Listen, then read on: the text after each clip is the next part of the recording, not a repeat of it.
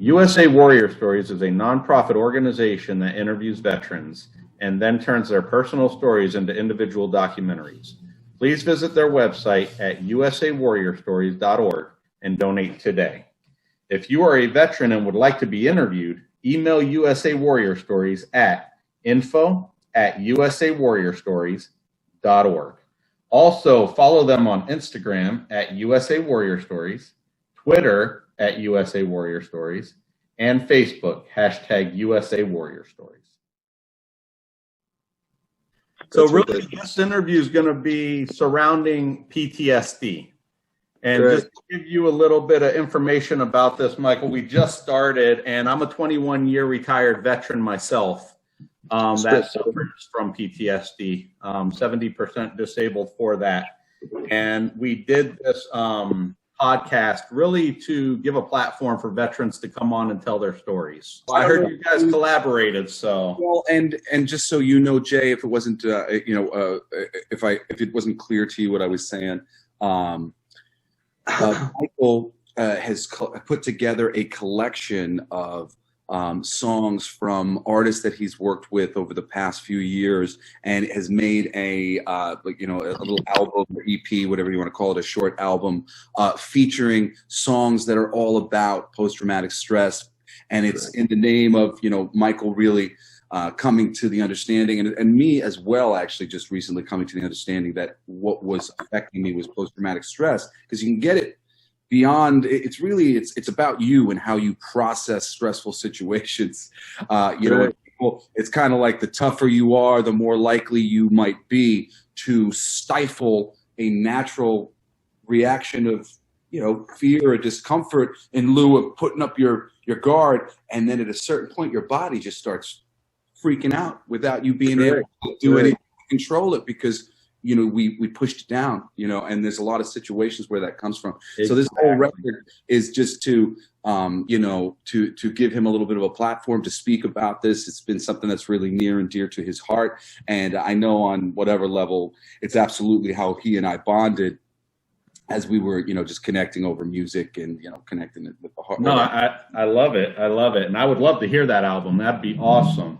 Yeah, well, exactly. So certainly give Michael a chance to talk about it and, lead. Oh, no, he's going to get to discuss it thoroughly.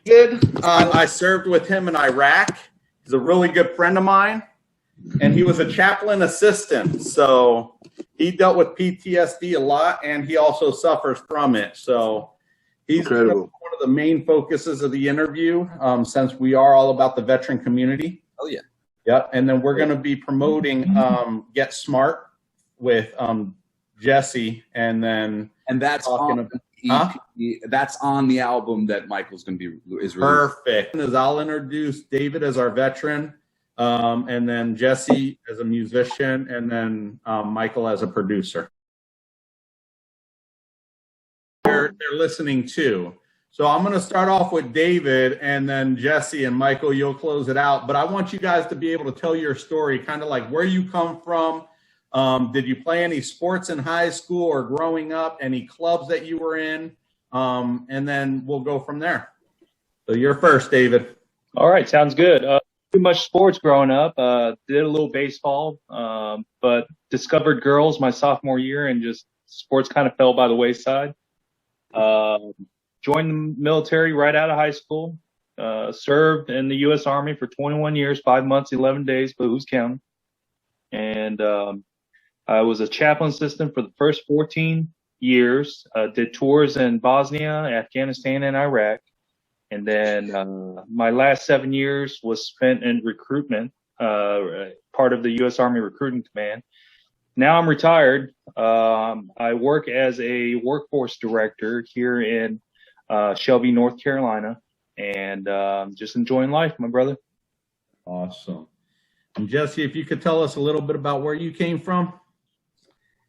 Hey guys, I'm Jesse Blaze Snyder. I am a hyper overachieving workaholic, jack of all trades. I was a geek athlete in high school, reading comics, playing role-playing games, and being the captain of the football team and playing lacrosse and diving. I was a gymnastics coach. I'm actually a national champion semi-pro football player.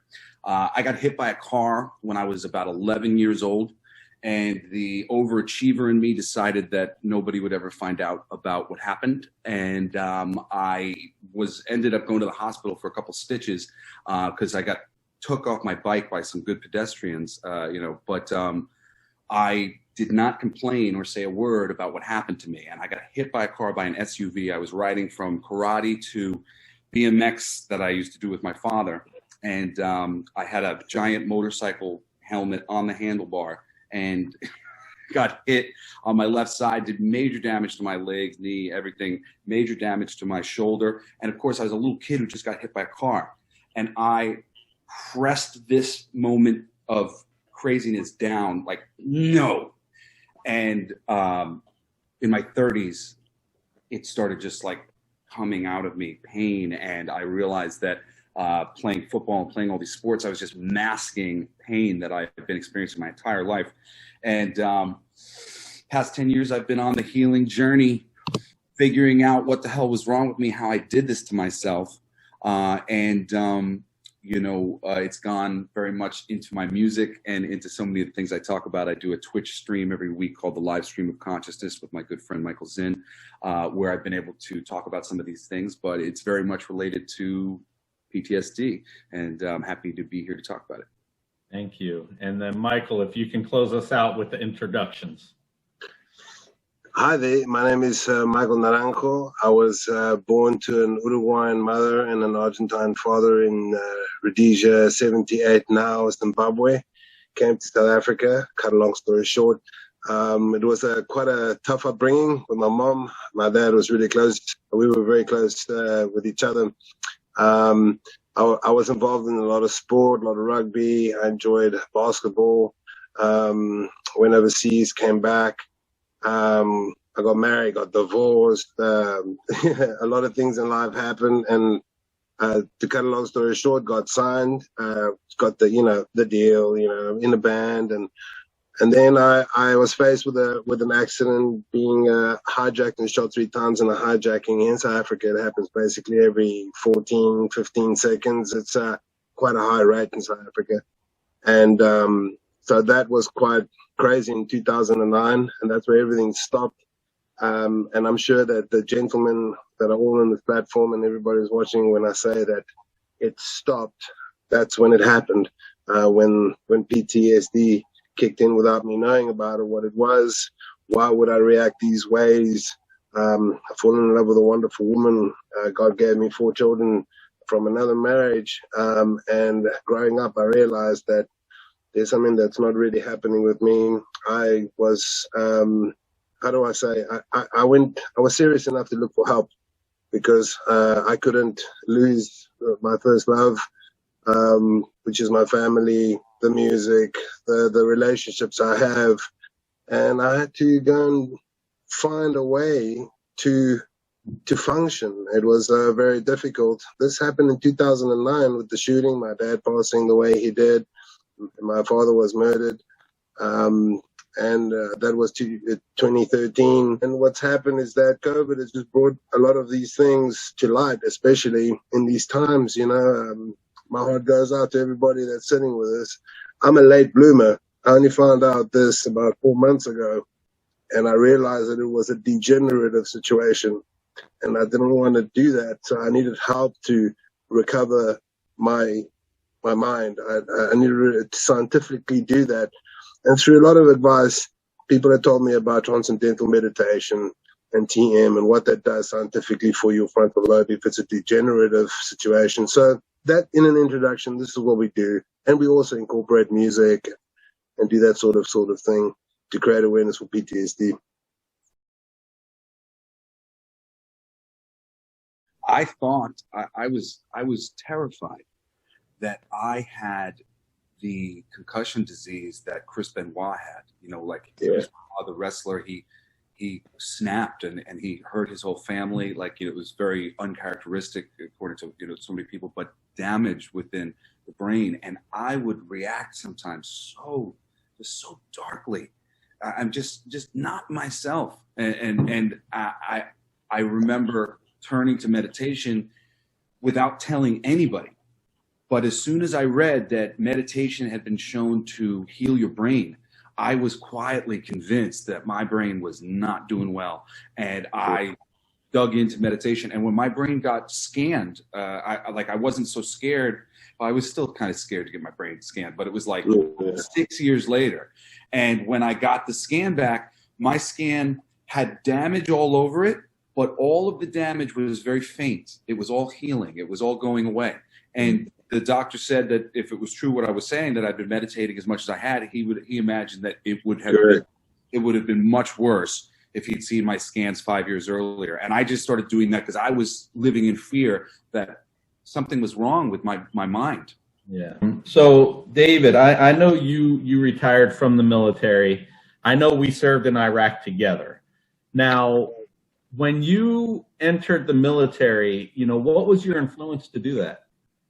Well, I mean, my mom was working 2 jobs in her home country, and I was being watched over by a guardian.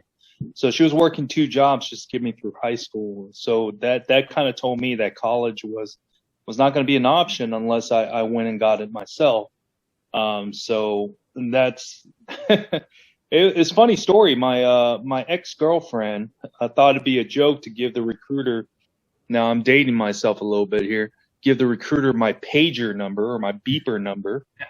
And, so I see an odd number come up on my beeper, and I called it back, and it was an Army recruiter, and all he had to say was he was going to pay for my college. I was like, okay, sweet, I'll come in and talk.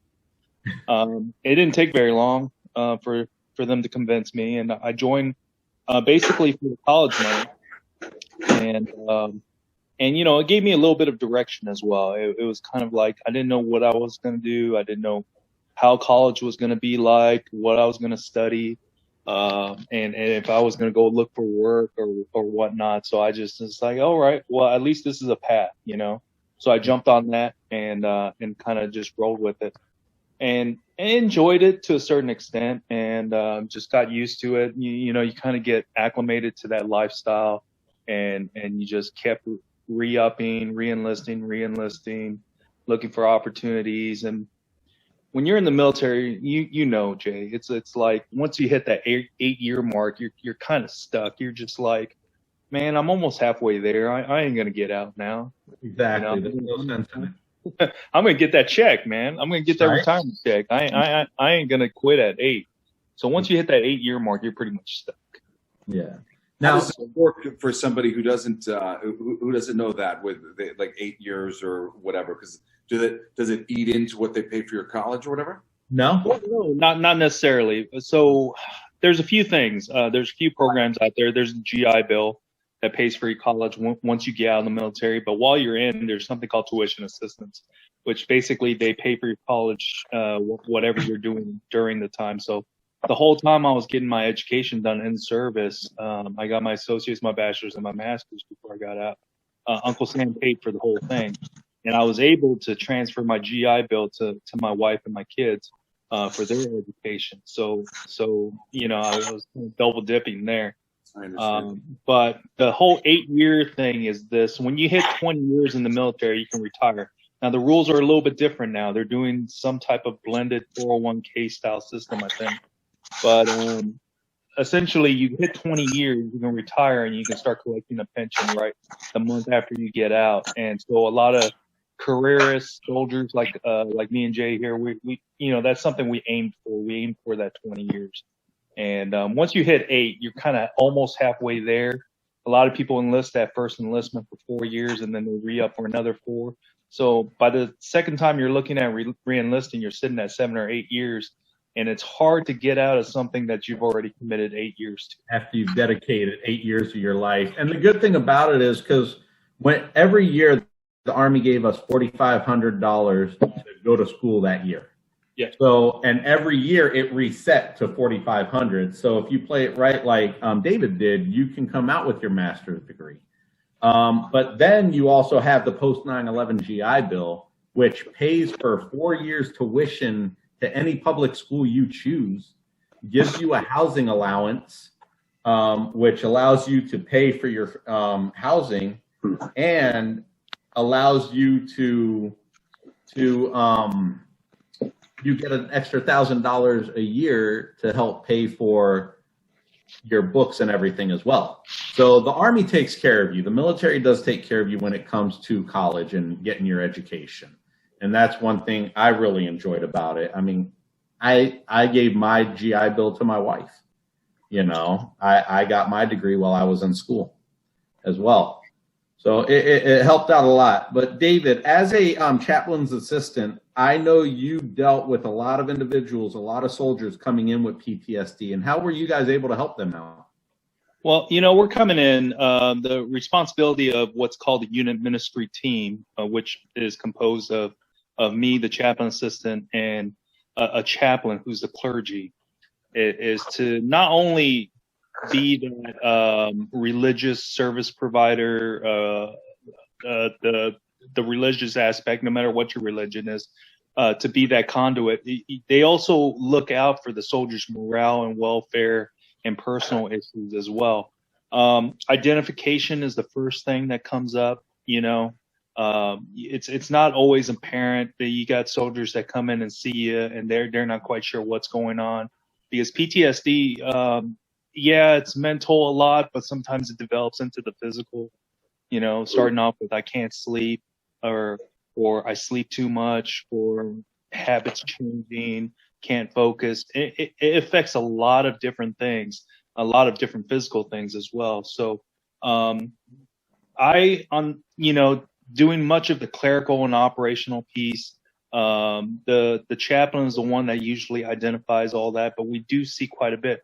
And it's not something reserved for just new soldiers, young soldiers. It affects everybody. We've had colonels, sergeant majors, you know, medical doctors, you know, these medical doctors that have gone to school for so many years, and you're thinking they're the epitome of professionalism and everything. They struggle too, you know. They've seen a lot of stuff out there. So yeah, it runs the whole gamut. It doesn't, you know, affect just one group. It affects everybody. With your PTSD, how do you suffer from it? Well, so I go through phases where it's kind of like it's a temper issue. I get short-tempered. Things affect me more than it should. I get emotional about things. I get emotional about certain things. Probably way more than I should be. And I get irritated easily, and I say that it's not happening as much anymore, and we'll probably dive into that later on. But going through therapy helps. Turning to your support system helps. We'll probably talk more about that later. And it really came into effect that year after I retired, because they talk about transition out of the military like it's about finding a job or it's about finding your place. And a lot of it is that, but there's also this piece that they don't ever talk about. Pacing is different in the civilian sector. People operate different out here. Their pace is different, and it takes a little while to get used to. And I'm not saying the military way is the right way, you know, because I'm in the civilian sector now. And it took me a good whole year to kind of transition out of that whole military mode and work at the pace of a civilian's pace, speak their language and kind of reintegrate into society almost, you know. I don't want to compare it to like a prisoner being released or anything like that. I don't think it's that something as severe as that. But there is a transition period. It's not just about finding the job. Yeah. It's about, right. Yeah, it's something they don't talk about. They don't talk about it when you're retiring. They don't talk about that. They talk about, hey, how's your resume? Right. You know, what can help you with your resume? Let me look at it. Let me fix you up a little bit.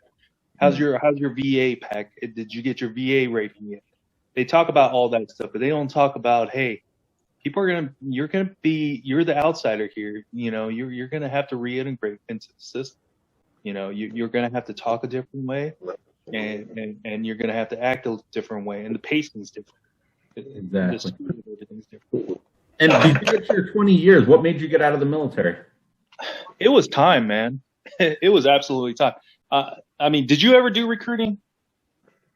9 years. Yeah. So, you know, I'm not sure if your listeners know. That's why I'm asking. Yeah. But yeah, recruiting is a beast, as you know, and it's probably more stressful than any of my deployments I've ever been on. But the fact that last year and a half, when I was looking at the next promotion board, and they told me I had too much time in service, what that means is basically they weren't going to promote me anymore. That made my decision a lot easier. In fact, I was ready to get out at 20 instead of going out to 21, but because I took a promotion, I had to serve out that additional 3 years that took me to 21 and 5. Exactly. So I was anxious to get out. I was at that point. It was just it was weird that, you know, and you know this, and a lot of our counterparts are like this too. We're anxious to get out, but once we get out, for that next year, we're kind of, oh man, I miss it. You know, I miss that structure. I miss all that. That's why you see a lot of our counterparts trying to latch on to the last little bit of that feeling, when the best thing they can do is just kind of let it go and just reintegrate. Agreed. Yeah. And what's up, man? You ain't gonna grow the beard out? What's going on there, man? Bro, I teach junior ROTC. I can't. Oh, you do? Yeah. Sucker. Just tell me your special forces, man. Right? I know. No, if I was in the civilian sector, I would. Oh, there he is. All right. Perfect. I thought that was automatic. No. Video's not.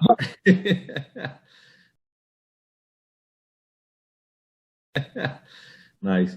So I want to get into a discussion with Jesse about his music and how his music really revolves around his heart and his, you know, how he feels with his PTSD. And, you know, the news was broken to you at the beginning of this podcast before we started recording that, you know, 2 of your songs is going to be on Michael's album that revolves around PTSD. Now, could you talk a little bit about those 2 songs that are going to be on there and how they revolve around that? Well, one of the songs is called Help Is Coming, and it's, you know, ultimately it's about that, you know, it's because really at the end of the day, so much of them are for me, you know, like, because like if I feel that I have a need for a certain encouragement, that makes me feel the need to add that sort of encouraging word to everybody's ear. And there was this feeling that I would have when I was having, like, you know, panic attacks, and where things just felt so hopeless to me. And I just wanted to be done. You know, I just like, woof, like, I'm ready to go. Like, let me go right now. Like, just end this. This is too much for me, and I'm good. And, you know, I was an atheist my whole beginning of my life, but I ultimately became a big believer in medicine, and so much ancient medicine and ancient wisdom. And as I've gotten into meditation, I've realized how big the mental game is when it comes to, you know, life in general. But when you're suffering from post-traumatic stress, it doesn't matter how good you are about your inner talk with your brain. You will find yourself stricken and overcome by the same situation over and over again if you get triggered. And for me, it was a very simple trigger that happened because, like, I really love my mom, really believe in her taste and, like, her choices. Like, if she says this, I'm like, it's probably a good reason. I trust her. So there were things that she said to me as a child that I took way, way too hard.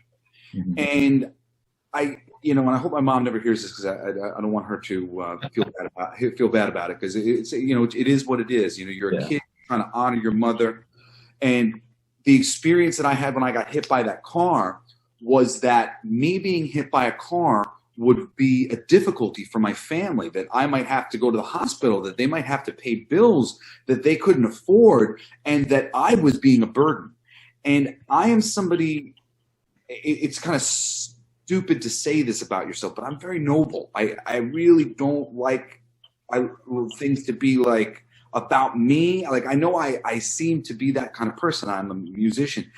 I'm a songwriter. It just so happens that I have to get up on stage and perform my things, and I've gotten good at that because the people around me are very outgoing. But I'm more of a kind of quiet guy, and I'm not by nature really looking to make things about me. So when I write songs, I try to make them as universally important and connected as possible. And when I came to the spiritual understanding of really what's going on the planet right now, and it's terrible. We know this. This is ancient knowledge. We are all representations of the polarized mind of God, the polarized mind of the universe. And it is neither good nor bad. It is neither right nor wrong. It is always essentially right and wrong, and always essentially good and bad.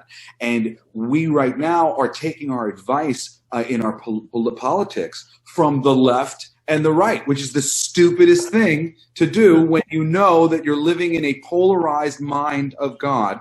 We want the people in the middle with the big long beards who seem relatively calm and collected.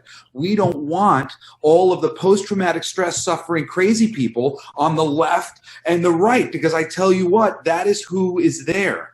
People who are more self-aware like us are like, whoa, we're having a problem. I'm getting mad for no good reason. This needs to be, taken to a place. Now, when it comes to music, as I saw this imbalance in our society, I realized why I was so drawn to comic books. I've written for DC, Disney, Pixar, all sorts of stuff. The end of the world. Whether it's the end of an individual's world, they're about to be murdered or killed, or the whole country's going to explode, the whole planet's going to explode. Superman doesn't save us; everything is done. And because we live in a polarized world, there is the most to learn from real hyper polarization. And when I did this album called Blacklight District a little while ago, it was released as a comic book by Image Comics, and there's an EP. You can go online to blacklightdistrict.co, and you can listen and you can read still for free online. And the point of it was to connect this end of the world music thing to the music. I'm like, I want my music to have the same stakes that the comic books have. And you know what I realized when I was doing that? Our friend was talking before about not wanting to compare himself to a prisoner coming out of prison. It's an absolutely wonderful comparison. It's probably the comparison that gets most to the most of it, because people are more aware of that, and we're just trying to connect you to an understanding. But people's nobility makes them go, well, I don't want to compare myself to some starving child in Nigeria. But what that does is it stops us from properly acknowledging and connecting to our pain. And it's really a big deal when it comes to people like us, because I really believe post-traumatic stress sufferers are all kind of similar. We're people who are trying to, no, there's no time for that, because that doesn't involve me helping the others and making the world better. If I take time to take care of myself, well, then who will be making the world a better place? I don't know. And I'm used to trying to lead that charge. So, and people who want to do good and in general do good, we tend to really leave ourselves in the dust in terms of taking care of ourselves. And I saw just in making that album that I was leaving myself in the dust and being honest about who was speaking and what he was saying and what he meant. And what I meant was I wanted to die. I was the most sad you could feel, and I was feeling tortured, and it was awful, and I hated it. Like, and I realized that there was a part of me that didn't want to say that because I was like, well, you know, you're not in a prison somewhere. But if I can't say it, who's going to say it? You know, like the artists have to say that. We have to be able to connect to these places because it is a struggle for so many of us to connect to them. So, you know, every time I would go and I would start to kind of pull the punch and I'd be like, oh man, that's a bit weepy. That's a bit sad. That's a bit weak. I don't want to be so weak, or I don't want to be so honest about that feeling. You know, I don't respect people who commit suicide. You know, like I have that feeling in me, but at the same time, I've wanted to die. I've wanted to die a lot more than I am comfortable saying. And granted, I never would have done it, and it would make me so mad that I wanted to. I'm like, I cannot believe this. Like this is so not me. I'm powerful and I'm good and I'm positive, and I am not that right now. I'm not that in this moment, and I don't understand, and I hate it, and I just want it to stop because I'm not this. I'm not of this, and I just want to be free of it. And you know, I wrote the music hopefully to help people be free of these feelings, because I came to understand that if you don't connect to these pains in a balanced way, if you never open yourself up to feeling what it is you should have felt before and did not allow yourself to feel, it doesn't go away. And you have to be able to touch it and not fall apart, you know, and if you don't, your body will force you to face it. Your body will go, sorry, motherfucker, and you will just start having attacks and moments of time where you're like, I got to get out of here. I need to go home. I need to lay on the ground. Like that drove me crazy. Being driven to the ground. I mean, like, seriously, it'll make me cry. Like, I haven't done that in a while. But that used to make me so mad. I'm a powerful guy. And I had to go to the fucking ground and put my head on the ground and like a kid, like a child. And I didn't even know what I was doing. Like, now I know that I was grounding myself. I was trying to connect to Mother Earth because I was feeling so disconnected that I was flying all around, and I had to go to the ground. It's just so awful because so many of the people that I know who suffer from this, they're just like me. They're protectors. They're people who want to help, and they want to do a good job. And in their private time, they're just stricken and hurt. And I think it's just because we don't want to waste time dealing with this frivolity that we think is just so, this is stupid. Yeah, I got shot. Yeah, I got hurt. It doesn't matter. It's all good. I just want to move ahead. But it's not that simple. We're not allowed to just move ahead. We have to process it. You do. And I put these words and the extreme words, and the reason why I believe it connects to so many vets is because I'm trying to process my post-traumatic stress that I caused myself by not being able to deeply acknowledge what I was feeling. And for every time that I went, no, you're okay, when I wasn't. And I needed to face those things. And I wish that I had this really the deeper strength to face these things when I was a kid with my mother, when it was more appropriate for me to be like, Mom, I'm a kid and I'm hurt and I need a hug and I need you to put your arm on me and tell me that I'm okay because I'm in pain, and I won't let myself feel it. You know, I didn't let myself feel it. And literally it's like to become an adult and have to be strong enough to be weak, you know, strong enough to be able to sit here and be able to cry, you know, because I know that anybody who's dealing with this knows what I'm fucking talking about. And it's awful, and it's something that we end up dealing with in private, and you know, we're the strongest people of the bunch, but we're handling it in a way that is destroying us. And I believe we need We need us. We need these strong post-traumatic stress sufferers, because we are the people who, if we could get through this, we have so much to offer. So many people. One of my good friends, shout out to Brian Burns, who is from the military. He had a really terrible time in the military. He ended up being raped by members of the military, and was really just thrown for a loop. I think he was so heartbroken that what he believed in hurt him, that it really disconnected him from himself. And he ended up being put on all sorts of experimental drugs and all these different things. And this whole time that he's been going through this horrible experience, all I see him doing is trying to help other people, giving his money, all his money, to all these people, because he's trying to save himself. And the only way he knows that being good is right. And we're right. Being a good guy, being strong, it's right. That's the right thing to do. We're doing the right thing.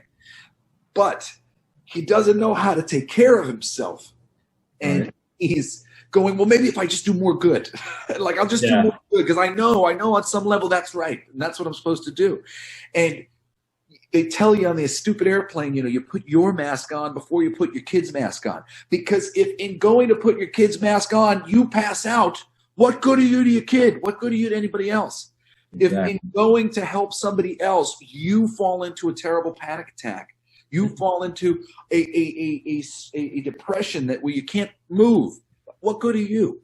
And this is the point that we are bringing ourselves to. It is so awful. We're so rough with ourselves that we bring ourselves all the way to this place where there is nothing for our bodies to do but start making us freak the hell out of our control, so that we might wake up and go, whoa, something is wrong here. Because I wouldn't have, you wouldn't have, none of us would have done anything about this unless it was a clear and present danger and we literally had to do it.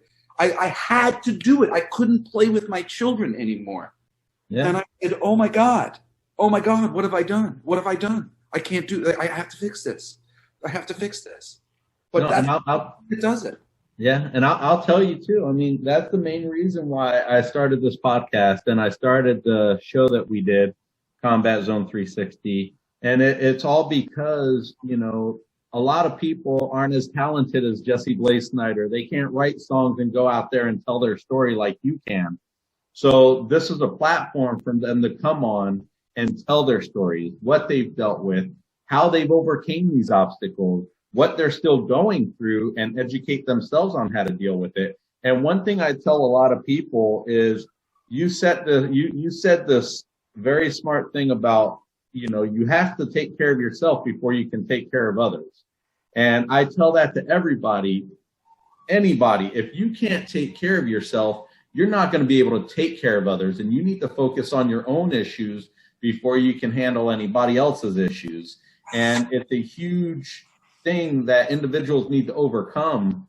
And once you're able to overcome, or not even overcome them, but at least tolerate and handle your issues, then you can help other people with their issues, because you're going to be able to understand what they're going through. And, what I want to do is, for the listeners, I know you talked a lot about Carry Me Home, and I know you said it feels a lot, like a lot of the veteran community can relate to this song because of the lyrics and what it means. So at this point, I want to play that song for them. And, hopefully they enjoy it as much as you enjoyed writing it and as much as I enjoyed listening to it. Yeah, as I got really, as I started to connect to meditation, music began to come out of me. And I was on the table getting a massage, and it was like my fifth session, and I hadn't figured out what was wrong with me yet. And the person told me they were going to work on my chest. And I was like, there's nothing wrong with my chest. I'd never had an injury to my chest. My chest is fine. He starts working on my chest, and he is literally moving mountains. And I start to connect to what I've done to myself. And I mean, it took me a long time, but I can tell you that I convinced the school nurse not to tell my parents or put it on the medical record that I was testing a little bit for scoliosis. Oh, wow. I knew that it was going to take me out of football. And I think I convinced her, cried to her, promised her that I would tell my parents about it in the future, whatever else. I didn't even remember it. Scoliosis was a huge, like, basically, I'm the fastest guy on the football field, when it matters. And I was running on one leg. My left foot was out. I couldn't put my weight on my one leg. I didn't realize that until I was 30. Mm-hmm. And when I got this working, going on my chest, I came out of there and I wrote 3 songs in like succession, and they just came out of me. And Carry Me Home was one of those songs where I was just like, there was a part of me that felt sort of weak in letting the feeling of it come out of me. And I sort of wanted to reject it. Yeah. And then I went, no, if you can't say, this is how you feel. And if you can't say this, and it's the same lesson of the Blacklight District again, when I was writing about the Hulk and this song that I wrote called Green, I realized that just gave me an opportunity to say all the things that I really felt. And I finally said those things. And since then, now I really am good about pulling forth these things. And I appreciate what you said about so many of these things that have come to me. Because of my nature and so many of the things that I've been going through, I've really kind of sabotaged my music career in lots of ways. And I am sitting on so much music. It's so unbelievable. And I'm really good. And the people who know, they know that I'm really good. But because of the ways I've sabotaged myself, it's a very small pool. And over the course of this past 10 years, as I have been connecting and understanding and really like writing these things, it's broken my heart that I have not been able to connect with a larger group of people, because there are so many people who need to hear the things that I'm trying to say. I really am honored to be on the show in this capacity, and I hope it does connect with people who need to hear it, because I'm sure it's going to, definitely. And I know we've talked, and we actually talked a lot in the past about the music that you do, and that you were not one of the musicians that really just did whatever because you didn't care to be liked. You did what was really near and dear to your heart, and you were able to reach out to the fans that you do have because of what you felt in your heart, and that you put your life and soul behind your music. And in all honesty, I respect that way more when an artist puts their life and soul behind what they do, compared to somebody that's just in it for the fame and glory. So I have no interest in fame. Only respect. Right. And trust me, you got it. I mean, you got it from me, at least, but it's like, that's why I enjoy listening to your music so much, because it comes from Jesse Blaze Snyder and not from those producers and those record labels and those individuals that do that. Trust that I have a production team in my head, and the main thing with the production team is that, and it's what I learned from my father. For those of you who don't know, my father's Dee Snider, was the lead singer and main songwriter for Twisted Sister. He's a brilliant songwriter, and when he writes anthems, the universality of what he is able to communicate just always grabbed me so much. And his songs, people like to marginalize Twisted Sister as a one-hit wonder or whatever. It's nonsense. They are at the very least, a double mega hit wonder. I Want to Rock It, We're Not Gonna Take It can be heard in stadiums around the world to this day, every freaking other day, all over the place. And there is a certain something when it comes to stadium songs. Stadium songs can be felt and understood by everybody. And no matter what I write, and I want everybody to understand this, I have never spent any time meandering in my backyard with few exceptions. There's a song that you're going to hear, Get Smart, which is a specific song to some of my personal journey. But generally speaking, across the board, and even the message of Get Smart is a broader message. You know, Get Smart was a song about me taking my power and not allowing myself to be collapsed by what I was feeling, and about connecting to a higher source and getting wise to what was causing my pain. And it was a battle cry for others: get wise to what's causing your pain. You're powerful, and there's a larger force, and they want you to know, they want you to get the message that I've gotten, you know, to get smart and be strong, and, you know, don't be so humble, be bold, remember the lion, and don't just always be the lamb. You know, and that has been the journey, just getting this real message into the music. And I so appreciate you being able to connect this to an audience that I would love to have hear it. I know Michael as well. You know, he and I, that's how we bonded working on this stuff. We've never met in person. Me and Michael, we've never met in person. He's one of my best friends on the planet. Just lots of Skypes and text messages, and we've written, you know, albums together across the internet, you know, from love and passion, and really connecting over this mutual journey that, you know, I think we're all having. And you guys said it earlier too, about how we're all experiencing this. You know, everybody is experiencing versions of post-traumatic stress, and it's the canaries in the coal mine, the really extreme versions of it, that should be bringing it forth to help the other ones who are having the extreme versions of it. But this is information as we figure out how to help ourselves. The whole world can heal from paying a little bit better attention to the things that have really hurt them. You know, being a little bit more open to making sure they get their mask on before they put on their child's. And, you know, this is the shrinking parents. You know, they're just like doting on the other people, and they whittle away to nothing. Like, you know, there are people who can take care of themselves, and they last a long time. And we need to start teaching ourselves how to take care of ourselves emotionally, because that is the game. Definitely. And I just to back up a little bit, I will tell all the listeners that, you know, I had the honor to hear Jesse sing one of his dad's songs, and he has such a powerful voice, and the way that he is up on stage is amazing. So, and that's the actual very first time we met too, Jesse. What did I sing? You sang your dad's "We're Not Gonna Take It."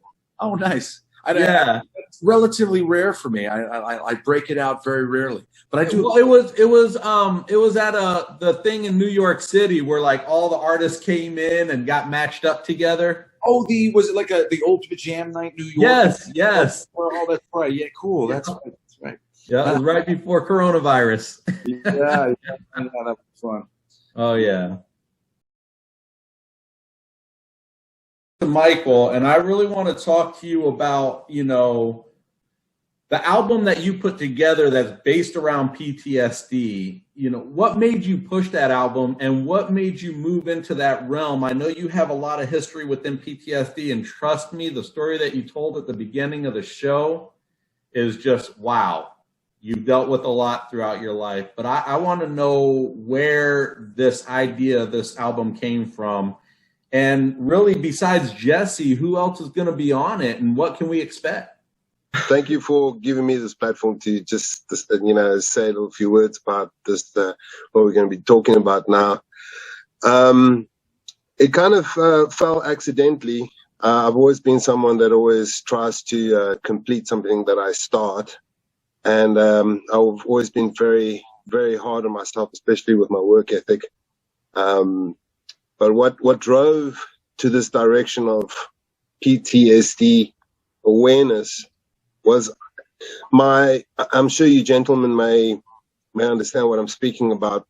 My windows of being able to function with clients, with people out there, your own children, your wife, your relationships with your friends, anything that you try and do, there comes a stage where that window starts getting a lot smaller and smaller, So my first and secondary addiction started kicking in, where I couldn't function without any assistance to get a lot of the work done that I need to do.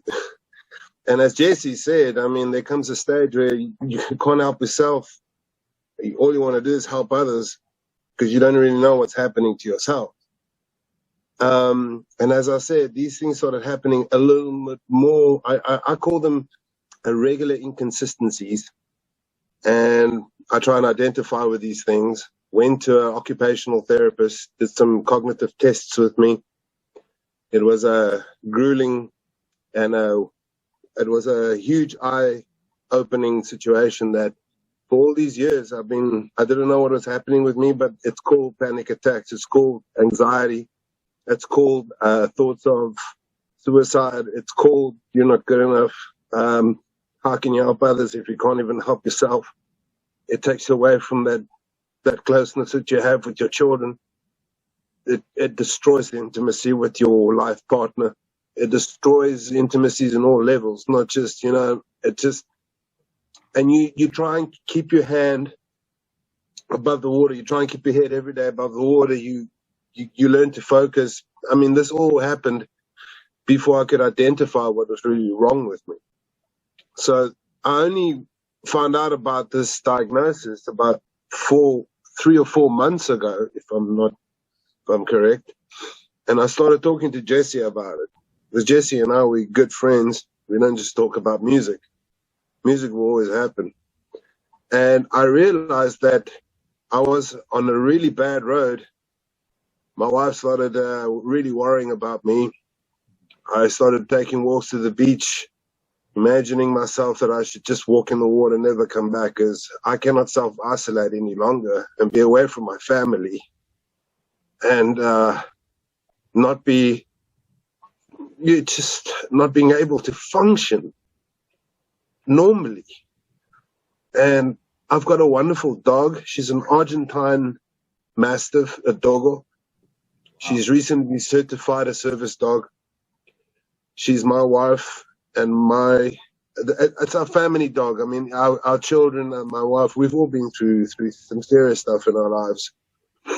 So through me identifying with this, I started opening up to my wife what was going on, and I think I can add the dots now. I know what is wrong with me. And I started looking at the productions that I was doing, and I thought to myself, my music's irrelevant. It's completely irrelevant. But it needs to mean something. And once I found out what was wrong with me, I wanted to enlighten people and create an awareness that we don't know what our neighbor has gone through. The amount of sympathy and empathy has gone out the window in the world. We are all living with trauma. We're all living with PTSD in many, many ways. So these artists I started reaching out to, I was, listen, I've got the song that we've recorded. I'm just going to put it out. And the song's actually called Soldier On. It's about, the title says everything. It's Soldier On. It speaks for itself. And it led from one artwork to the other. We started getting Trez to get on board with this whole thing. Vaughn here with CVJ Designs and the Reset Center. We started connecting and just looking at this whole differently. Through music, we can create awareness in a whole other way. Instead of feeling sorry for ourselves, this is a good way to identify, as you gentlemen were saying, Jesse was saying, you identify the problem. Look it in the mirror and you identify it. Now we know how to deal with it. And it takes brave people to stand with us. I can tell you that. My wife's one of the toughest girls I know, and Jessie knows her well. She's a little mountain, a little bull. She really. So the music all developed into all of that now. Where we're releasing singles. We call it the Soldier On series. We've been bumping into a lot of artists here in South Africa. It's tough with the with the COVID and the lockdown. The musicians haven't had any relief, so it was my way of connecting with the artists that have been locked down from work, from their livelihood, and say, listen, man, you don't have to pay for studio time. Let's go on a 50-50 thing. Let's rock it. Let's do this, man. Wow. And if Disney picks up a song, you and I, we're smiling both together. Let's go all the way. Let's just do it. And they can't believe that I'm making time to do that. And I'm busy. You know, it's so much joy to do that. It's so much joy to do that. It started with Jesse, to be honest, in 2016. Yeah. You know, Jesse and I, man, when he talks about putting his head on the ground, he's serious about that, being grounded. You know, for me, I need to get grounded. Besides being, you know, I'm not religious, but I'm very spiritual. My head went to the ground when I couldn't anymore. And I asked God to help me. And that's the word that I can identify. You know, like, help me. I need help now. I need help. I have no other option. So I found out about going to TM and doing the transcendental meditation. I was a bit resistant to that in the beginning, but once I saw the result, it started coming from everyone else and not me. They found that I was a lot more relaxed, a lot more cognitively functional to be able to actually finish these songs, these mixes, this mastering, connecting with the artists, you know, helping them. It allows you to have a different universal perspective of your situation. Yeah. If it doesn't feel like it's right for you, it's right for everybody. It's just, we're just used to working so hard and moving so fast. Sometimes it feels. Yeah. Sometimes it takes you got to stop. You've got to stop this machine here.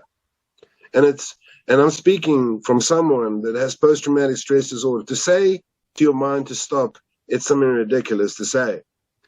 I must tell you, through TM and through guidance and coaching and the assistance, that I was given a scientific analysis of how it works, how a degenerative situation becomes, it reverses a degenerative situation. My family can see it. And that motivates me. But, you know, you guys have been telling me about my story. What keeps me going is I've only been through a situation once where somebody shot me. Yes, it's serious. I know. Yeah. But you guys have every day woken up to stuff I cannot even imagine. That's why guys like you that help us go and like, man, come on now. Thank you. That's why I said to you guys, thank you. Yeah. It wasn't just because of you guys serving. Yeah. It was because you guys are helping others that are rolling out with us. Because I'm sure if they told you that before you guys signed up, if they said you're going to come home like this, I'm sure none of us would have signed up. You know what I mean? But, right. He made sure we had fun. Yeah. Well, you know, you gotta play that Guitar Hero and right, bowling. He kept us all engaged. He kept our minds off of the things we didn't want to think of over there. Yeah. Well, you know, that's part of it, man. You got to find that little something to kind of just hold on to. And even today, you know, you got to find that little something that, as goofy as it could be, you know. It could be something that's tied to your childhood or anything like that. And don't let anybody tell you that it's goofy or wrong. Hold on one second. I'm going to show you what I'm getting into now. Yeah. Wrestling. Oh, wow. TNT, dude. Yeah. That's NXT. Next championship. Holy. There you are, brother. We got you. Nice. I like Rhodes family. Is I the American dream, son of a plumber? Dusty Rhodes. Dusty Rhodes. Right. Let's see. Do I have an old Dusty Rhodes? You know what? I've got one that he used to hold. What? Oh, yeah? Oh, David is a huge wrestling fan. Oh, nice. A lot of my friends are wrestling fans, so I'm like vicariously a fan through. I was right. This is a belt you ain't gonna see anybody else really. Wow. It's cool. That's insane, dude. It's NWA regional North American title. Dusty Rhodes, Woohoo Calhoun, a lot of the old wrestlers. Wow, that's really cool, man. If I Yo, so David, tell me, are we all gonna hook up at your house afterwards, dude? Right. You got to keep it light sometimes, man. It's I stare at it. It makes me happy. It's a reminder of my childhood. Some of the fun stuff that when you're a kid, you can't really afford it. And now you can. What? You gotta do what you gotta do, man. I'm telling you. Go. There you go. And don't ever feel ashamed about doing it too. Look how you smiling, bro. He loves Look, it. you're a different man. Yeah. That's what you gotta do. Yes. So we're gonna pick it back up, Michael. If you can continue. Yes, You sir. remember where you left off, right? I was trying to think of this earlier. This is just a silly little song that I wrote. Yes. But if it sticks with you, it was for me to remind myself that driving thing that I had to take care of myself first. And it just went, I am gonna save the world, but first I'm gonna save myself. And I am gonna save my girl, but first I'm gonna save myself. And I am gonna save my mom, I'll save my brothers and my sis. I'll save my father and his father too. There ain't nobody I will miss. But first, I gotta save myself. Yeah, first I gotta save myself. Oh, first you gotta save yourself. I love it, Jesse. I love it. It was just, it's a repetitive little thing, but I wrote it for myself to remember. Like, and whenever I'm like, getting overwhelmed, by circumstances that I can't control or whatever it might be, and I try to remind myself, like, hey, man, first we fix this. And I've been doing that, and I really I'm coming into a new renaissance of myself.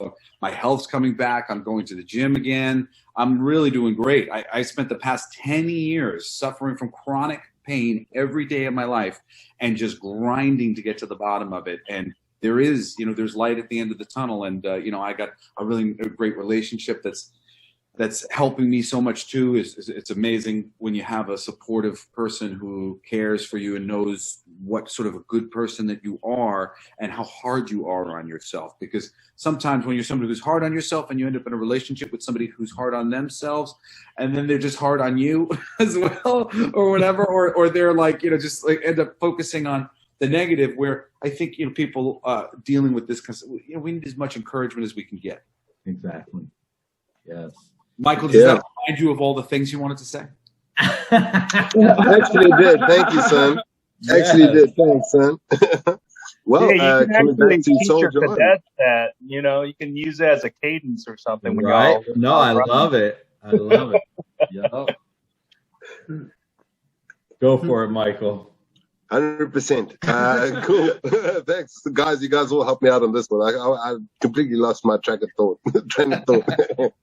Coming back to, I'll give you an example. Working with Jesse, I mean, all his lyrics are fire. Everything's fire. Everything's honest.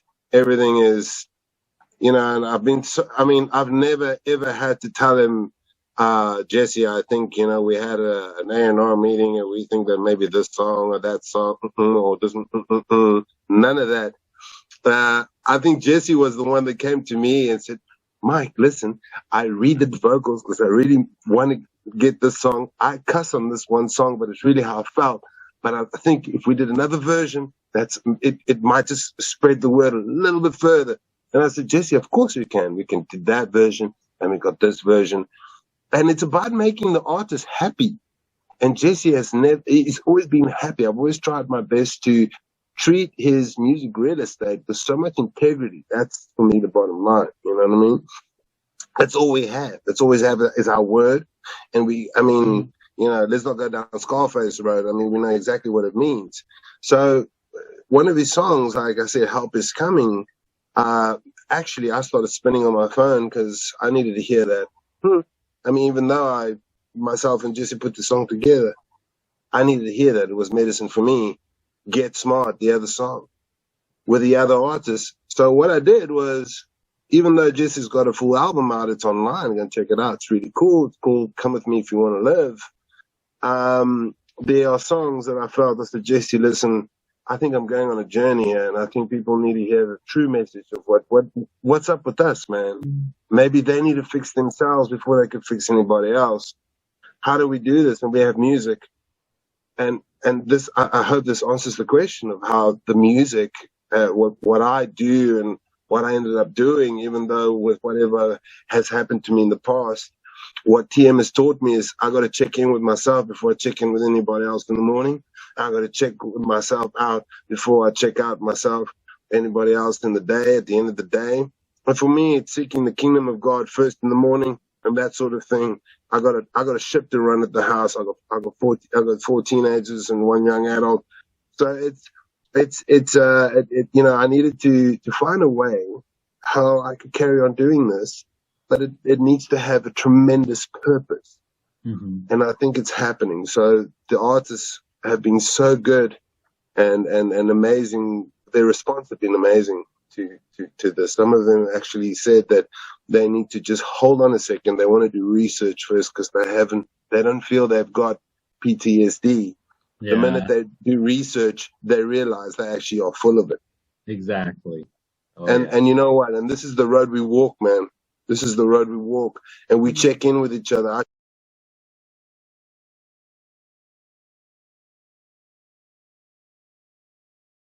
It's brave to be able to connect to that and go, you know what, though? It's true. I see.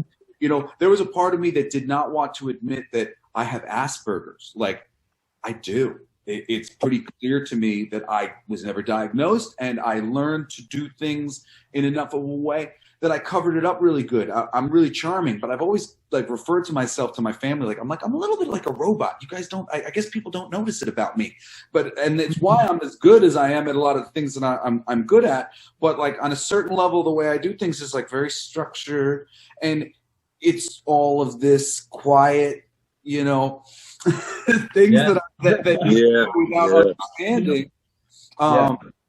And then of course, one day somebody's like, "You got Asperger's," and you're like, "No, I'm just no." But then you go, "Oh, wait a second," and it's more.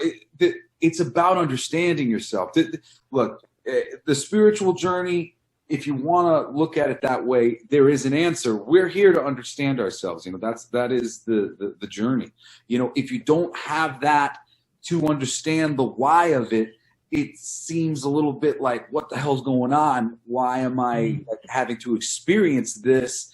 My mind and my fortitude is enough that I don't wish to experience this. I just want to be through this. So why is it that I'm being forced to toil in a place that I don't want to be? That thing really seems like this is just like hell on earth, but that is the lesson ultimately. It's lesson for us to not put off the dealing of these deep feelings that we have, but it is to face them. And I'm so happy that Michael put together this record, and it really, I realized, as he said, the title, it's called "Come With Me If You Want to Live." It come on now. This is like the precursor to the PTSD, EP. It's all, and I mean, I think I had laid out at some point for Michael, the ordering of how I had seen it, knockout, this is my promise, and this is this is what you need to do. You did, dude. And this is what it all means, and this is it. Come with me if you want to live. These are the things that you need to know to live.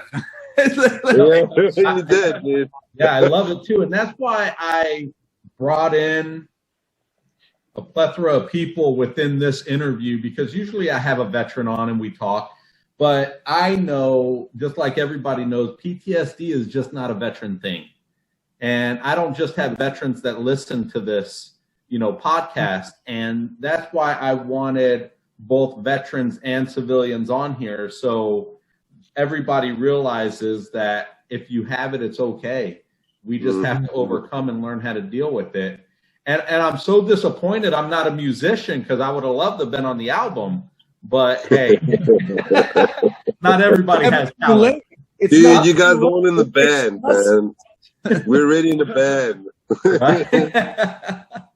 Oh, Jesse's man. auditioning already. Give him a triangle or something. Let him play cowbell. I can play the hell out of a cowbell. You can never have enough cowbell, dog. You can never have enough cowbell. Oh man. So when you decided to play Get Smart in the album, what made you come to that decision, Michael?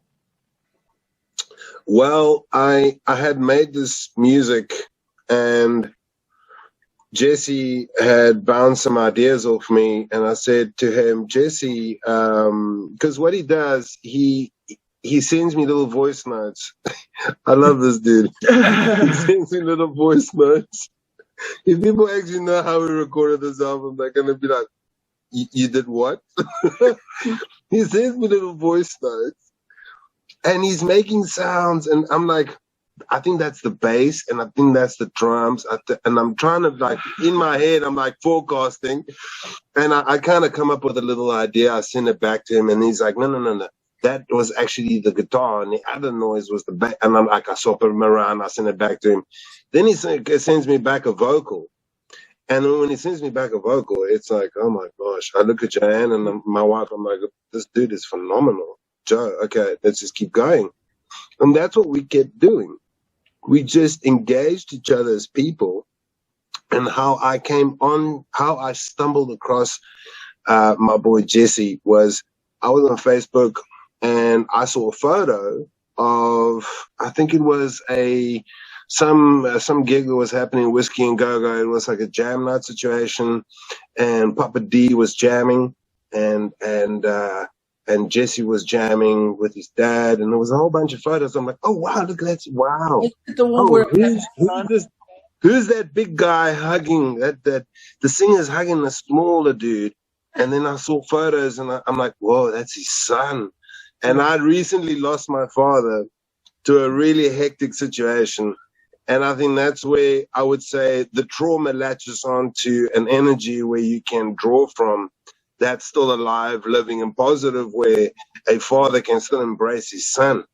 Yeah. I took that picture, and I just typed in that picture and said, damn, this is the finest picture I've ever seen of a father and son. I don't care who these people are. I still said it. The next thing I got this young man Jesse in my inbox. It's like, yo, man, can we Skype? I'm like, what did I say?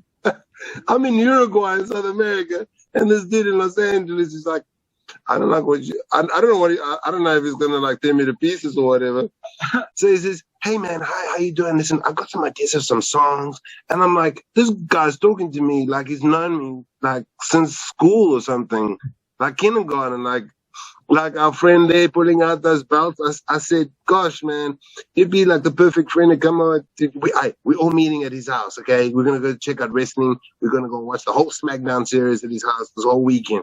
And we're all going to pitch it because he got all the memorabilia. It was like one of the best friends you could ever have.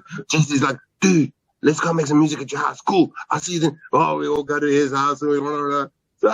So to be honest with Jesse, the problem is most people grow out of this, and unlike me, and then I'm all by myself having a good time by myself.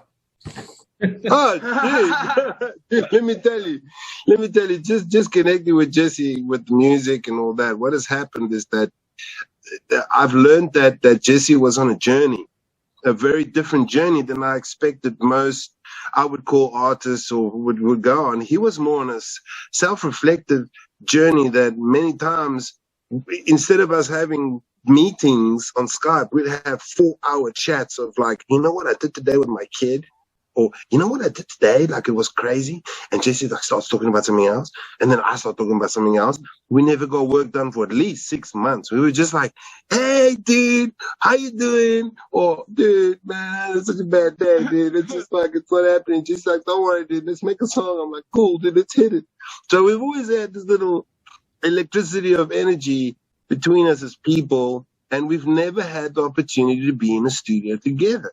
Yeah. So I believe something that took us almost 3 years to record could have been done in 4 weeks with the pace that I was actually working.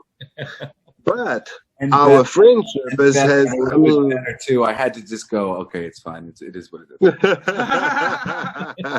I'm just glad that I know that day will come, that me and Jesse will get into a room. I've told him I've got, I'd love to do so much more, but at this moment, the world's in a strange place, and we are the doctors of the soul. Jesse's a doctor of the soul for me as a musician. I mean, I know what I used to do when I listened to songs when I was a kid. When I was when times were hard, I listened to Dry County, probably the best Bon Jovi song ever written. Dry County, including the whole long solo, everything. I was like, wow, the song had a story, it means something, it's got depth. And these songs aren't being played anymore. They don't play it on radio, they don't play it anywhere. It's like it's not even in the Oscars, it's not even in the Grammys. These beautiful songs that are supposed to feed us souls, they don't play it to the people that need it. So these platforms are important. I'm really glad that Jesse's like an ambassador to all this. I told Jesse from the beginning, my guy, your voice. Don't tell your daddy, but I prefer your voice to your daddy's voice. And I probably will never get invited to dinner, but it's fine. I wish I did. I probably wish. I think I blew my chance to come at dinner, but it's not. I would love to hear that my children's voices are better than mine. So hopefully, it as a compliment. I'm sure he'll take it in a positive light. Yeah, man. It's all good. Yeah. Thank you, Jay. That's about it. Yeah, man. Yeah. Nice. And when is this album coming out, or what's happening? Well, we actually, that's great. I can't disclose too much, but a lot of good things have happened in the past 3 weeks that I must still obviously disclose to a few people, including Jesse, my guy. But we are able to have a lot of control over our distribution through a company that's based in New York that is helping us sort out a lot of stuff, which, I mean, we just dealing with that today. So it's early days. It's we're very excited. It's taking it to the next level. But the music is going to be coming out very soon. I will be hitting Jesse up in the next week or two. We're just finalizing a couple of things, a bit of artwork. But it's in this month already. We have something that we'd like to, I think it's on the 27th. On the 27th, I believe, is also Post-Traumatic Stress Awareness Day in June, 27th of June. So on that day, we're releasing something called Soldier On, featuring Armand Gruspiek. He's a South African rocker himself and a tattoo artist, a very good human being.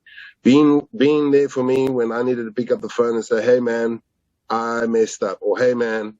And he's a good guy. He loved me through it, dude. And we need more of those kind of people instead of throwing us to the curb, So he's going to be doing the first feature on a song called Soldier On, and I sing the choruses. So we're going to be launching that series. So the singles are going to be coming out sequentially, as they start coming in. So we're really excited about that. Yeah, as they come out, definitely let us know, because we'll update our description and definitely put that information in there. Man, we're in the band now, so y'all will know everything that's going down. Definitely. And we will promote it as much as possible, because there's a lot of veterans out there that suffer from PTSD. And come on, man. If you guys ever need anything to handle anybody in New York, you guys just let me know. Oh, cool. If I was Daredevil, I'd want to go fight some ninjas on the tops of those buildings. Right? Dude. Fun. Wow. Yeah, so thank you. I appreciate it. Thanks for the firstly for having us on this. It's Jesse, thanks for hitting me up, and great timing. I know, right? Yeah. It's incredible. It's incredible. I'll hook you up with all the links. I'll even send Jesse. I mean, I know Jesse also has a fantastic group of people that he sends all these things out to, but I'm really excited about this. It's I think I probably a music video for Get Smart. Yeah, that'll be great. We already got a couple of good people that decided to get on board on that one. We just Jesse's got his hands on that one, so you just let me know, young man, and I'll I'll cut some things up there for you. Yeah.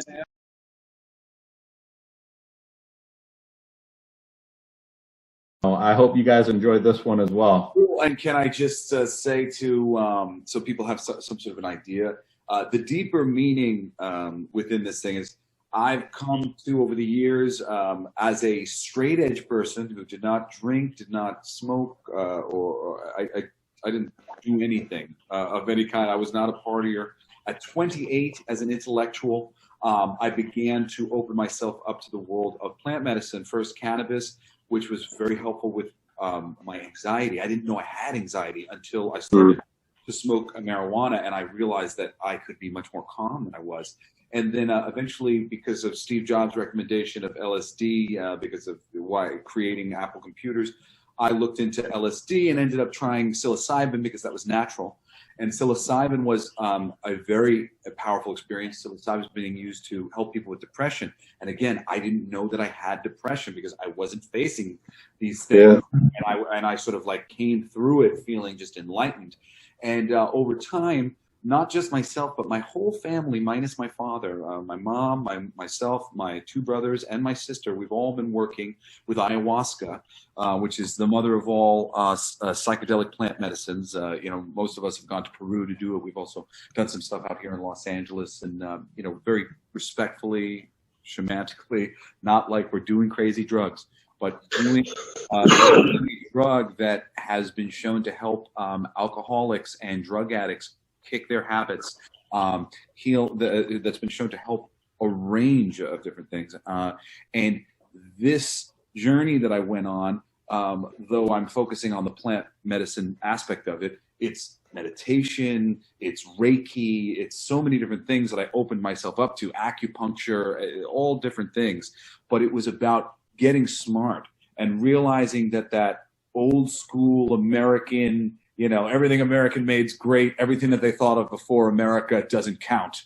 That's folly. The things that they thought of before America, they count. And it's really behooves us to go back and reassess this ancient knowledge. And that is what Get Smart is about. It is about me sitting with Mother Ayahuasca and drinking the ayahuasca plant and sitting with these spirits of this plant medicine and being shown how I was disempowering myself, how I was hurting myself, how this crazy polarity was making me go crazy, and how I wasn't taking care of myself and that I needed to face these things and come through the other end. There's a moment in the song where we say, well, we got bills to pay, we got things to do, we can't just walk away from the tried and true. We got mouths to feed and we pay our dues. So we may die buried in IOUs. And that's the fear of the noble person. The noble person is that, no, there's noble things to do. And I don't have time to get my ducks in order first. And it's like, nope. It's time to come and do what is hardest for you to do, and that is take care of yourself and bring yourself to a real, true place of power, because it is from that place of power that you are best suited to take care of the other people. And right now you're taking care of the other people before you're ready, and you're just dragging yourself down. But you are here to take care of other people, and first it's going to come from properly learning to take care of yourself. So that's the journey for me, and as a whole, and Get Smart is about that journey. And so much of it is about, being told to honor myself and honor my path and know who I am and see myself in the light that helps me to breathe easily, and not see myself in the light that makes me short of breath and feel like I'm not good enough and I could be doing better and more and this isn't fast enough and I should have been further along by now. And this is the same sort of thinking that creates a post-traumatic stress sufferer, as you don't have time to do the things that you really need to take the time to do. And then they become so big and so bad that, the first time I meditated, I yelled at my ex-wife.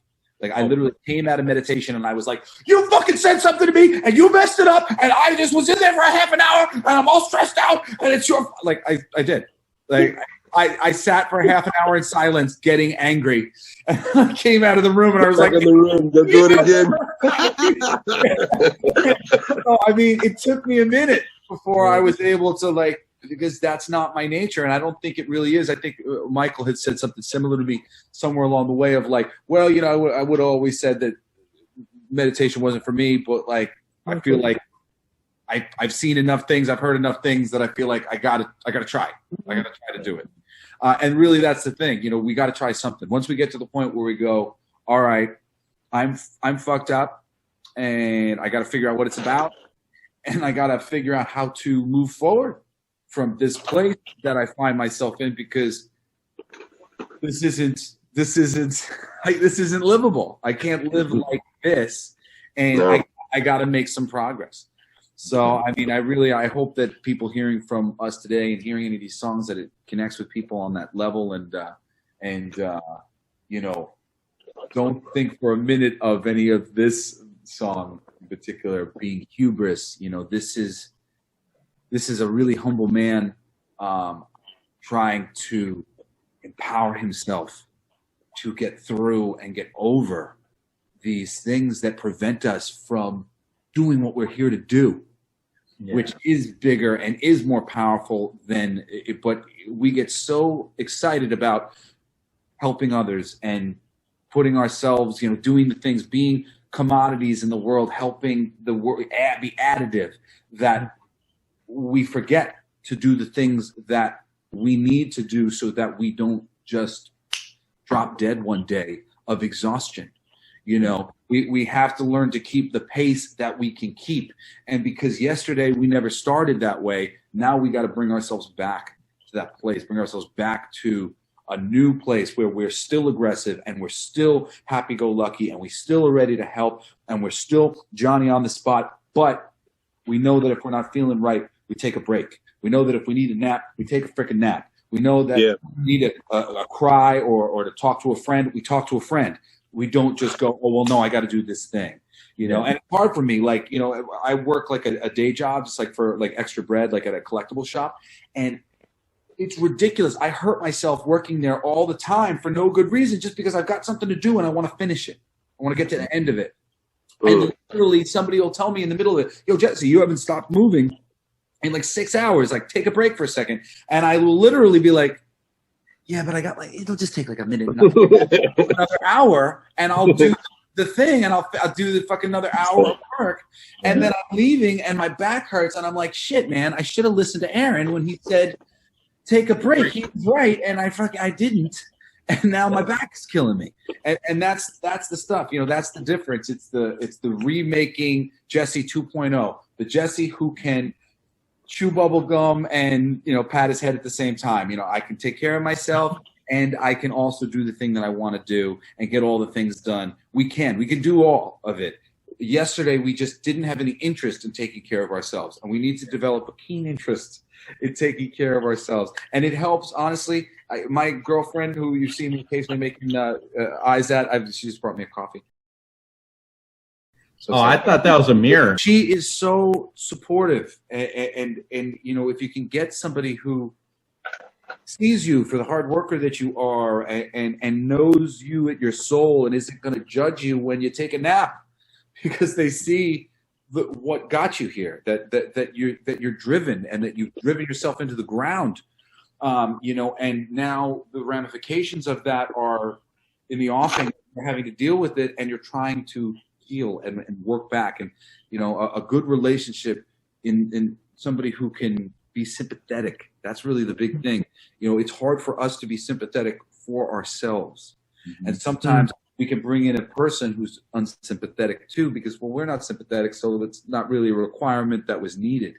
But because we can't be sympathetic, we really can use somebody else outside of us being sympathetic, because it's at that point where we go, all right, maybe I'm not crazy to allow myself to feel like this is hard. And I am having a bit of a time, and it is not easy. And yeah, I could compare myself to the starving children wherever, but I don't have to do that, because right now my girlfriend is showing me that I'm being rough on myself. And it's not just me thinking, hey, maybe I'm being a little rough on myself. There's somebody going, you're being rough on yourself. You know, and then you go, okay.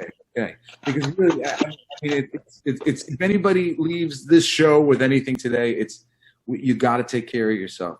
You got to take care of yourself, and you'll be amazed how much better you are for everyone else when you realize that you taking care of yourself are that much more available. Yeah. Thing like so. Right now, we're just going to close out. I'm going to have you start off, David. Is there anything you want to tell the viewers? Any resources you want to tell them on how they can, get help with PTSD or anything else? Well, I mean, that song pretty much states it: get help, right? And for me, I was a chaplain's assistant, so that's a clerical position. I wasn't the guy jumping out of airplanes, kicking down doors, looking for the Taliban and things like that, But all it takes is one traumatic experience out there for it to affect you for the rest of your life. So don't think just because you're a certain way or your certain job, I wasn't Captain America out there, I wasn't doing all that, I can't have PTSD. It still happens to folks, and it's nothing to be ashamed of. It's just because you're not that guy, it doesn't mean it can't happen to you. So at the end of the day, seek help. If you're a veteran, look for help. There's resources galore out there, and it's free for you. Just go out there, and when you're trying to be that alpha dog, and you're thinking, oh, I can tough through this, I can tough through it. You may be able to tough through it. You may be able to get through it by yourself, which is fine. But going to see a therapist is not a sign of weakness. It's a sign of strength. Amen. You talk to whoever you need to talk to. And for me, when I go to my therapist, it's not me breaking down and crying and telling them everything under the sun. He's showing me how to like tricks and visualizations and things like that.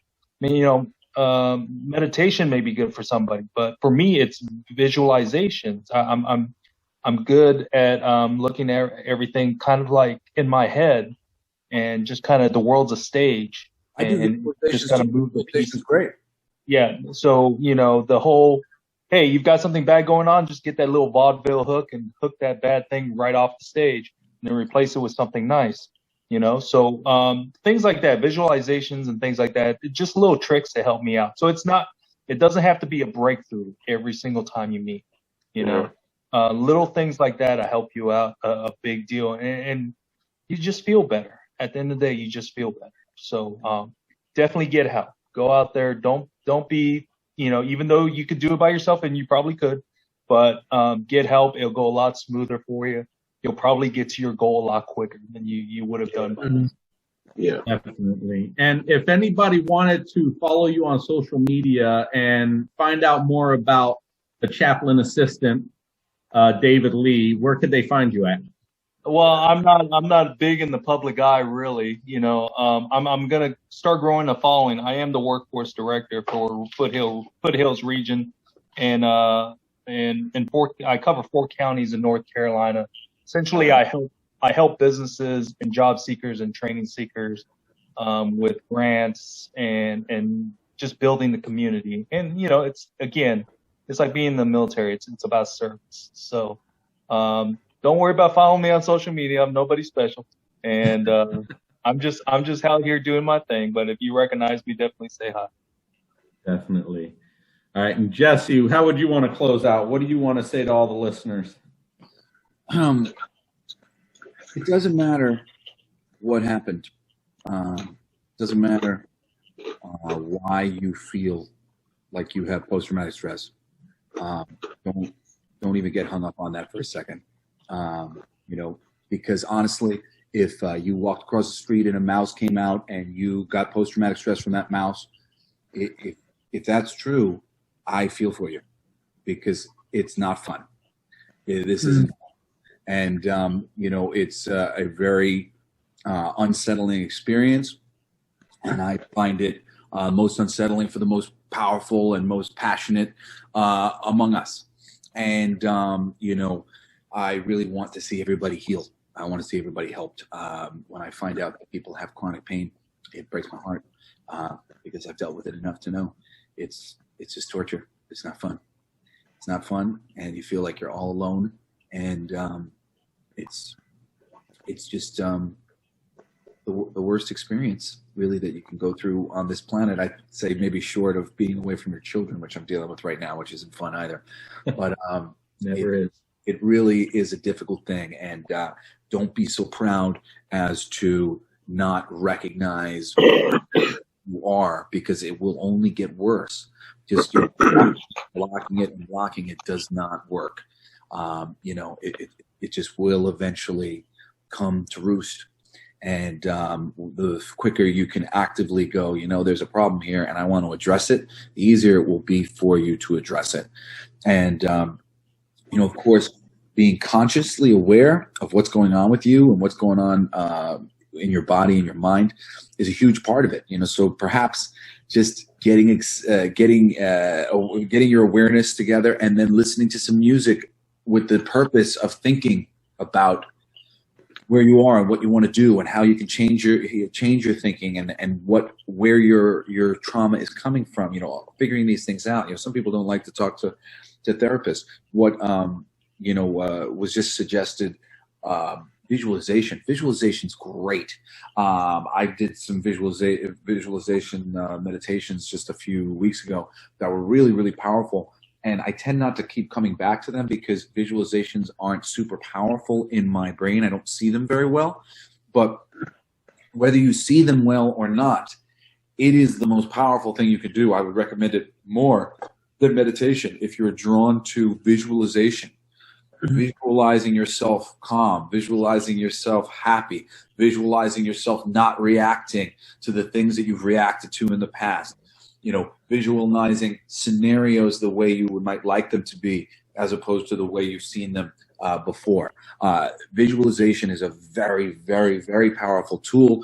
Meditation is sort of calming you down enough so that you can touch upon visualization. So to a certain degree, people visualizing, they're bypassing some of the meditation, you know, process to go straight into what most people would recommend for manifesting things, you know, laws of attraction and stuff, you know, they would tell you to visualize. So if you're looking to manifest money, you'd want to visualize. Well, if you're looking to manifest some peace and some healing and things like that, visualization is a really good way to do it. Yeah, I would really just encourage you guys to investigate Michael Naranjo as an artist as well. He's a producer. He's worked with so many people. He's written and co-written with so many people, but he also is an artist himself. And the post-traumatic stress journey comes through in his music quite clearly.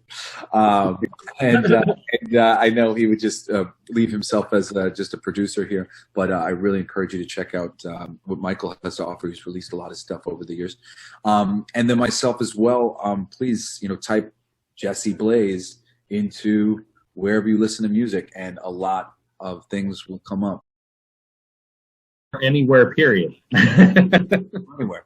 Yeah, please take a look and a listen. And if you're a YouTuber, there's a cool series of videos on my YouTube channel. One for my live stream of consciousness, which is a show that I do weekly, which is a spiritual channel, which we talk about lots of things in relation to this kind of post-traumatic stress and ways to handle, you know, the spiritual world that we're really living in. But in addition to that, you can find these Blacklight District 6 issues comic book animated videos, and they're all kind of what do you call it, like PSAs, public service announcements for various problems, depression, anxiety, post-traumatic stress that people are having. And it's a really cool little series to watch through. You can check out the songs, which are all really straight from my heart, and I believe are really healing messages for people who are dealing with the trauma of the modern day. So that's it, though. Thank you so much for having us on. I so appreciate it. I know Michael will chat in a second, but this was wonderful to be able to talk about these things in particular. I almost didn't realize how skewed towards this my music is. like we're talking, and I was just sort of like, I've done interviews about music before. I'm like, I never care about them as much as I like this one. Yeah, Just because I'm talking about it from more the perspective that I have on it. I really believe that art is medicine across the board, and when it, and if it's not medicine, then it's not art. And and I try to make medicine for people, things that might do them some good, and it really makes me happy to know that this may be communicated to some people who could use the medicine. Yes. And besides YouTube, what other social medias like Twitch or Facebook or Instagram would you like to promote? On Instagram, I'm Jesse B. Snyder. And I'm on Facebook. I have a pro account that has like 15,000 followers. And then I have a personal account, which I think is Jesse B. Snyder or something like that, which I'm always like at the cusp of 5,000 people. But if you find me there, I usually get back to people and chat with people. So if anything I've said touched you want to reach out to me, I would respond to you. Awesome. Now we're saving the best for last. Amazing stories all day long. Michael, how would you like to close out this interview? My dear friend, my dear friends, I'd like to close by saying how besides obviously with all the great advice concerning, meditation and a lot of different ways to kind of, looking for help, getting that counseling, getting the therapy needed for these things. If you have gone through something and you find that it's affecting your cognitive function, whether it's with your family, with your work, with yourself, with, just you're finding that you can't sit still, you can't see it. It's not always little things that we need to go to the pharmacy for. It's sometimes we just need to do a little bit of introspect, have a look, and then we may find some fractured things that we need to start identifying that cause us to react the way we do, to cause us make decisions based on emotions and not on, true reflections, cause us to react a certain way. And we realize that, hold on, why am I acting this way? It's becoming more prevalent. If you find yourself in a situation where you sort of feeling you're going under, and everybody is sort of noticing and withdrawing, and you may find that it could be you. It would be a good time to realize that we are either living in the past that is giving us these anxiety or depression, or we are living too far into the future that gives us panic attacks and anxiety, forgetting the fact that our present consciousness, our present state of mind will be our ultimate manifestation of what we are able to do if we have had a little bit of help, guidance, teamwork, people checking in.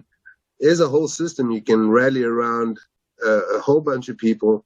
I mean, as our brother David said, there's a lot of information online that even myself, I'm a recent bloomer to the realities of post-traumatic stress disorder. In the beginning, it was hard to accept, knowing that you're not going to be the guy no more. That's just how it is. But there are ways that we can approach these things.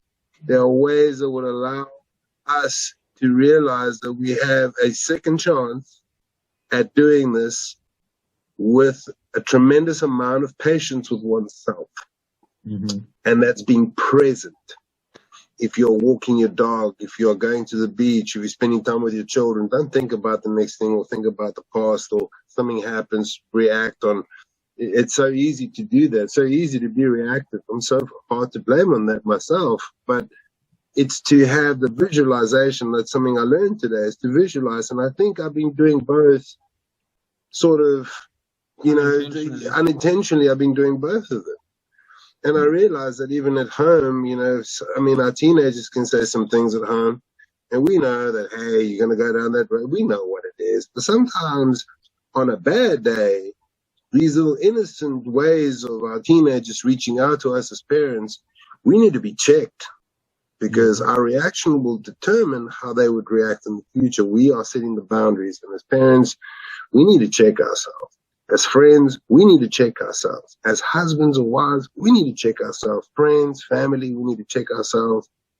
Compatriots, anything that we do, we need neighbors. We need to check ourselves. We're living in a very high volatile society at the moment. The world has changed.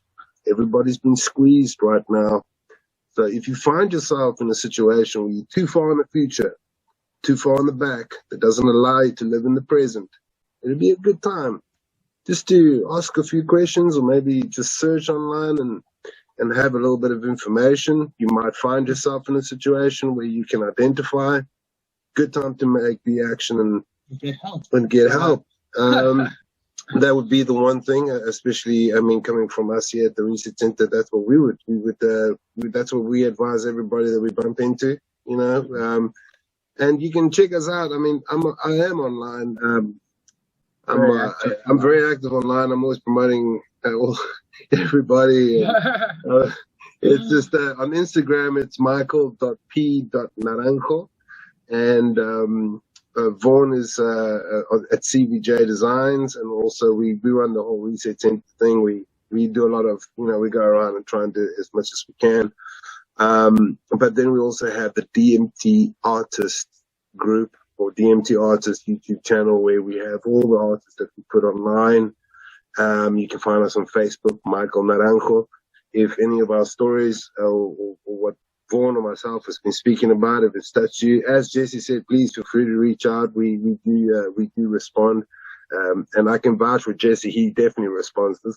Jesse's on the ball. He's on fire.